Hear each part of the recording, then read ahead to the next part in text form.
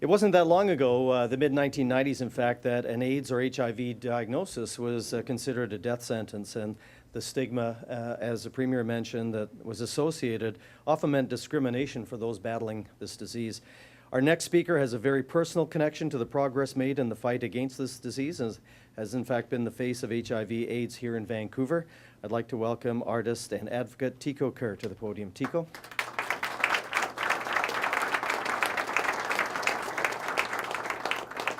Good morning, everyone. This is an incredible privilege for me because I'm just one of many that have been so fortunate to have lived long enough to have the new treatments and have their life turned around. I first tested for HIV in 1985, and I could have been positive before that, so I've been dealing with it for about 30 years, as many of the lucky ones have.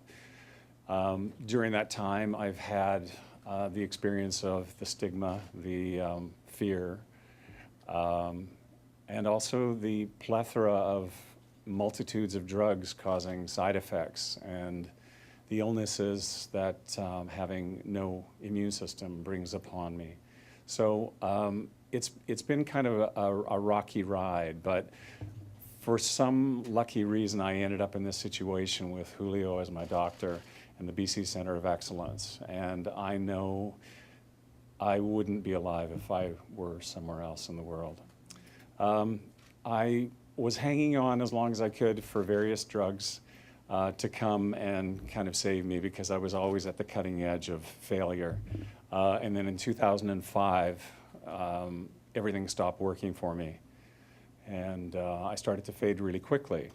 So it was imperative that we approach Health Canada for access to two drugs that were not licensed in Canada, but were very successful in overseas trials.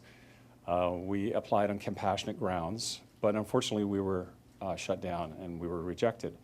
And we kept getting rejected every time. And finally, Julio and I coupled up and we decided to spearhead a very loud campaign in the media to get attention to myself and 5 other men that were also suffering from this kind of advanced stage of HIV. Happily, what happened was a groundswell of support from the community, and we embarrassed the government enough to have the drugs relinquished to us in January of 2005, or 2006, forgive me.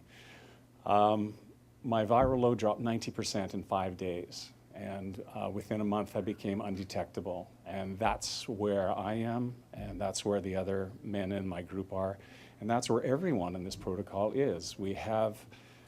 You can't find the virus when we do our blood work, and it's a remarkable and liberating thing to know that you can't infect anyone by chance. So anyway, in my darkest moment, I decided to create a painting, which is the first one, which you see behind me.